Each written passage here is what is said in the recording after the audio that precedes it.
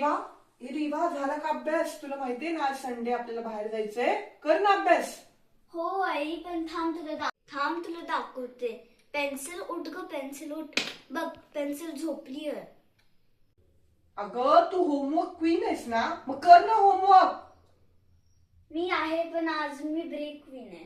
हे बघ, मी आता झोपणार आहे थोडा वेळ. झोपेत न उठून येईपर्यंत तुझा होमवर्क सगळा झाला पाहिजे, तुला सांगतेय. हो आई. झाला का अभ्यास? हो, मी गणिताचा अभ्यास करतेय. दाखव काय अभ्यास केलाय गणिताचा.